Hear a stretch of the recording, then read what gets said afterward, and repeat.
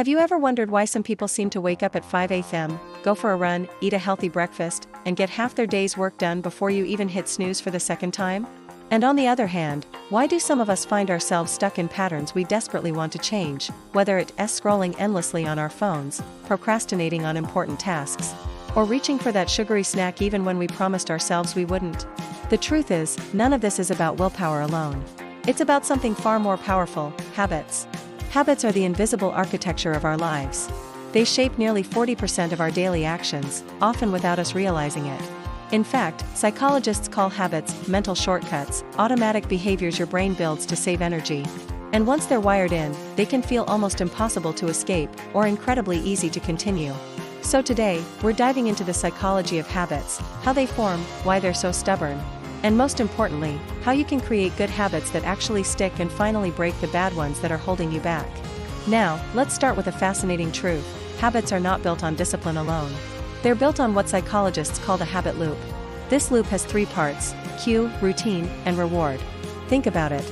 Let's say every night, you sit on the couch after work, and almost without thinking, you grab your phone and start scrolling. The cue is sitting on the couch. The routine is scrolling. The reward is a quick hit of dopamine, tiny bursts of pleasure from new content. Over time, your brain wires these three parts together, and suddenly, reaching for your phone becomes automatic. Now here's the powerful part: if you want to break a bad habit or build a new one, you don't have to change everything at once. You simply have to interrupt the loop. Keep the same cue and reward, but swap the routine. For example, if the cue is sitting on the couch, and the reward is relaxation, instead of scrolling, you could replace it with reading a few pages of a book, journaling, or even stretching. This is why people who succeed at changing habits don't just quit, they replace. But here's where psychology gets even more interesting: habits aren't just about actions. They're about identity. Think about the difference between saying, "I'm trying to quit smoking," versus saying, "I don't smoke." One is about effort, the other is about identity. Research shows that when you tie your habits to who you believe you are, they stick far longer. If you see yourself as a healthy person, eating vegetables isn't a chore, it's part of who you are.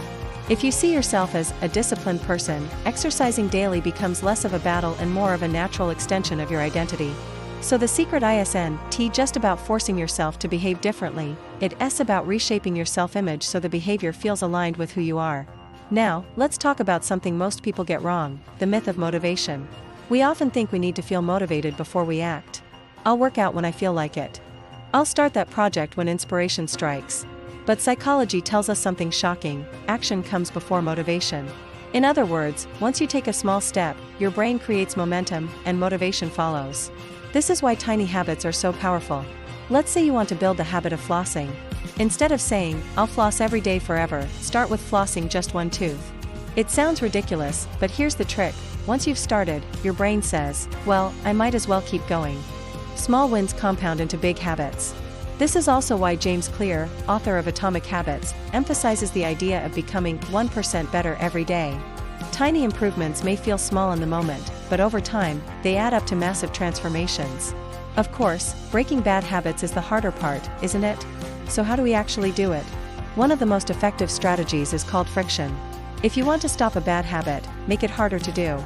For example, if you want to stop snacking late at night, don't keep junk food within reach.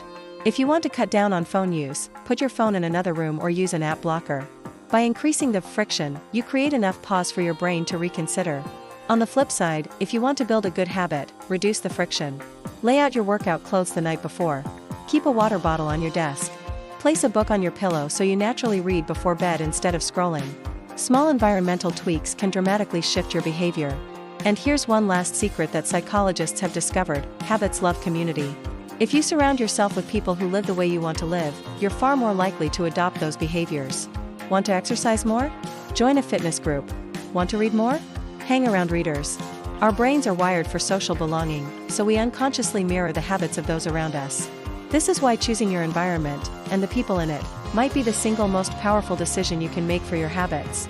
So, let's bring this all together. Habits aren't about willpower alone. They're about psychology. They're about cues, routines, and rewards. They're about shaping your identity and environment. They're about small steps that compound over time.